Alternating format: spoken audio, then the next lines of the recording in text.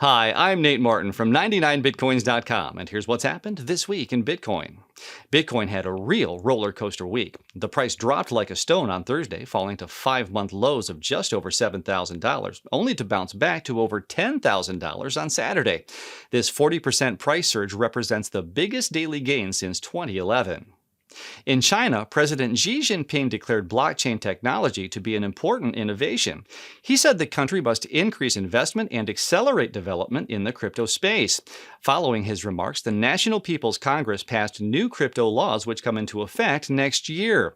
While centralized crypto exchange companies won't be legalized, they do encourage crypto research and education while promoting adoption and providing regulatory clarity.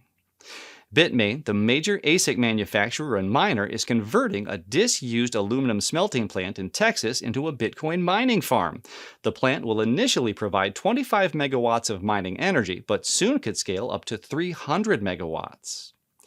Bakkt, the Bitcoin futures exchange, backed by the owners of the New York Stock Exchange, hit a new all-time high in trading volume. 1,131 futures contracts have been traded, representing approximately $9.7 million in trading capital. And finally, Andreas Antonopoulos tweeted regarding an issue on the Bitcoin Cash blockchain that an unknown miner has majority hash rate control.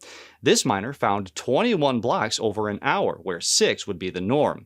It appears the miner is exploiting BCH's difficulty adjustment algorithm. That's what's happened this week in Bitcoin. See you next week.